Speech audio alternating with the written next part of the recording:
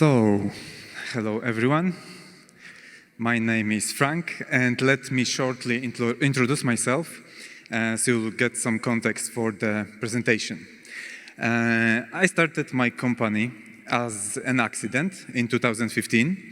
I have signed my dream job for the UFC, the biggest MMA sports promotion in the world, as a digital content producer. And I didn't read the contract, which said that I need to invoice them. So basically, after the third request from my then boss, I needed to go to the government office and start a company, which I have named Tigers, because I had these grappling tights you can see on the picture. And I started with no experience, no capital, no business family traditions. So it was pretty wild. And then this growth happened. And don't get me wrong, the first years of my career as an entrepreneur wasn't that flat. It's just when you grow 100% every year, the chart like flattens at the in the first years, it just flattens. And right now I'm managing 22 Ventures, which is a holding of 4 companies. Maybe if you are from Poland, you recognize Tigers, which is one of the top agencies in Poland, marketing agencies. This is more than 100 people or something, around 100 people who are working in this holding. And basically, I don't want to give you some tips how to do this amazing success story, because it was hell of a ride. And it was mostly focused on navigating the valleys of death, which I consider super important choke points that require complete transformation from you and your company. And I would like you to hint what are these choke points and how we were able to navigate them based on my business partners and companies' examples. So first of all, you can meet Wojtek. He's a co-founder of Huqiao, which is in Chinese bridge. This is not Chinese, it's like Amber Bridge, because Amber is associated with Poland in China, and we wanted to connect these two worlds. Like just take Tiger's knowledge and expertise and use it to enter Chinese market for Polish companies, CE companies. But in this company, we understood what does it mean to not have product market fit. And we just couldn't gain traction. We ended up selling dogs by cold email to China. We were managing crypto community in China before the crypto was banned there. And we even sold logs of wood by cold WeChat campaigns. So you know that we were in trouble. And symptoms that you are in this death valley, which is the first one, is that you just have poor sales results. You are not able to say no to customers. You work either alone or with some young team. Maybe if you have investor, that looks different, but I bootstrapped all of my companies. And finally, you have amazing, powerful, frightening imposter syndrome. And we, as entrepreneurs or like high-level experts, we all have that. But here you have no proof that you are worth anything, so it gets pretty ugly. And how to navigate it? And I need to make it super quick. So I would like you to remember that you need to look for some hints, what is working in your services or product, and just double down on it. So when you expose, for example, some client prolonged the agreement and you look, what is the industry? What is the biggest value he or her got from this service or product? And basically, you start to solve big business problems. Stop focusing on providing services as we did. Oh, we'll do this research, we'll help with this. No, no, no. You need to boost sales, I don't know, reduce employees turnover or something like that. And that makes it super easy to start to sell more. And in this case, you also need to fake it till you make it, which means that if you don't have faith in yourself, no one else will. So even though it's super hard and demanding from you, remember that you have some small team that have put their trust in you. And this is time of like really an economical downturn. So and they have put their trust in you. So you need to have this faith in you and guide them with your vision, even if you have these doubts because of the imposter syndrome. And how we have solved this specifically in Huqiao. We decided to focus on one industry that has low entry barrier to China because it appeared that there are big legal barriers for many companies, and big companies have long sales processes.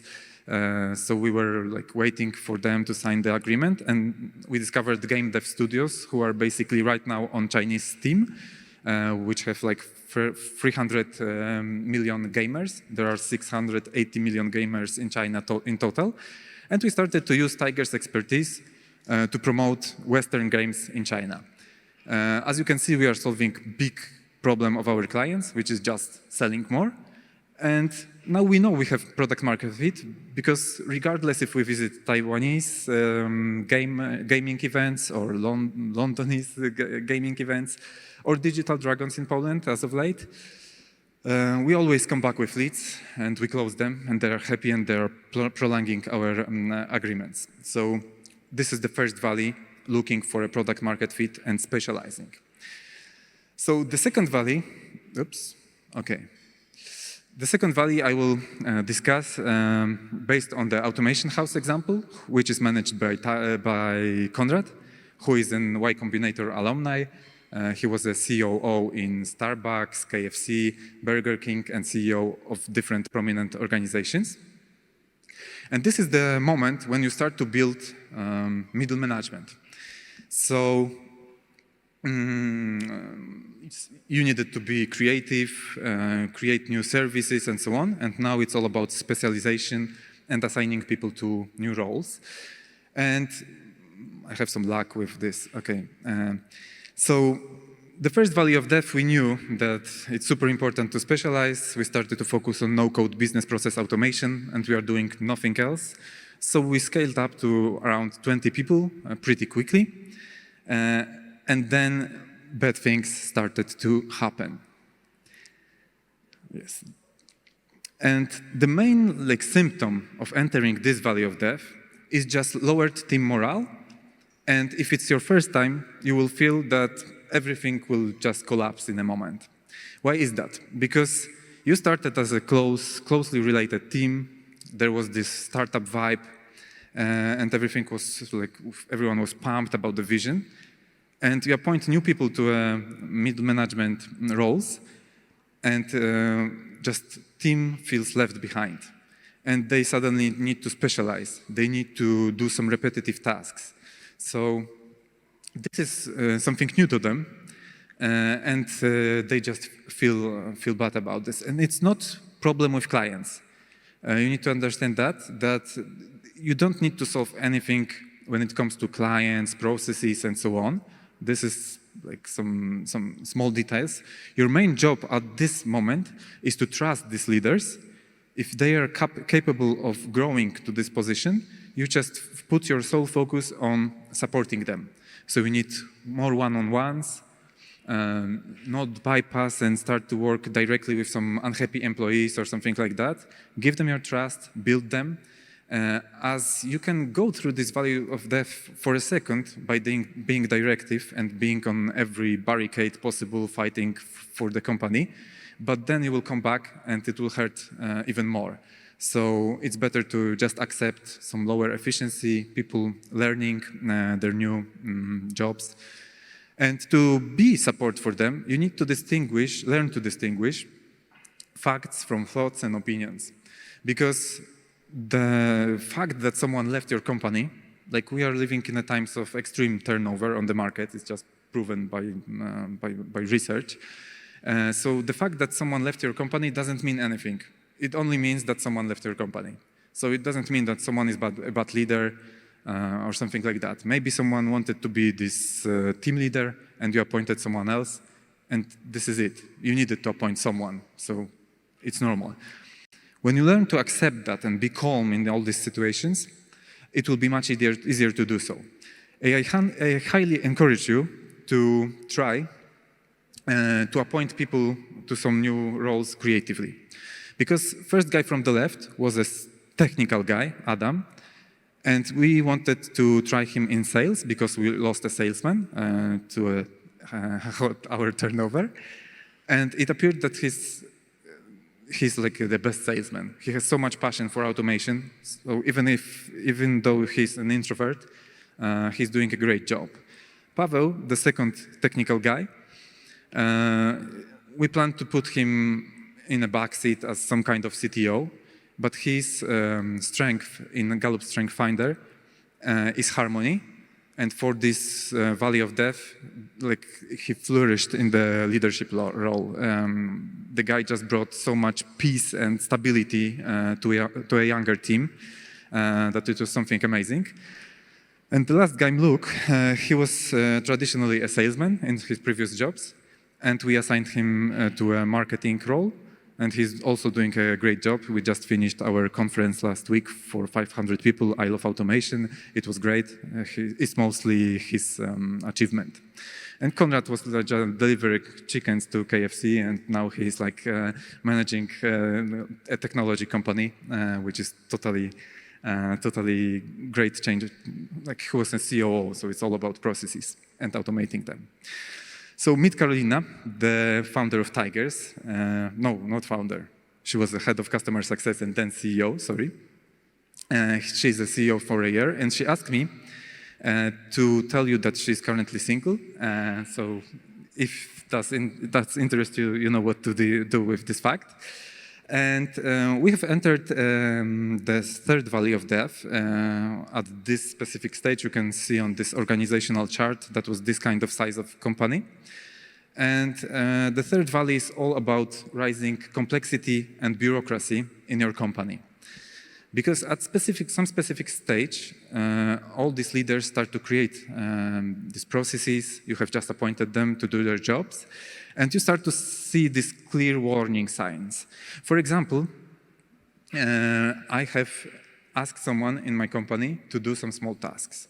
And after a week, I recognized the fact that 10 people were involved in solving this task.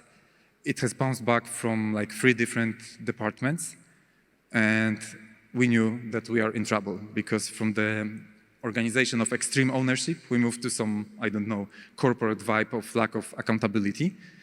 And you can recognize that by these layers of bureaucracy piling on each other. And the bigger distance you have between you and the broader team causes some misinformation. So people try to reinterpret facts. They find some piece of information and they start to gossip around it. So, for example, I remember the situation when some bug in some software showed that someone is making 50,000 zlotys, and that was a salary of one of the managers. And it was not true. But people were repeating this for 2 weeks before it came to the CEO, and she just said, okay, but this is bullshit. This is some bug. Stop repeating this. Stop talking about this, like be so emotional about this.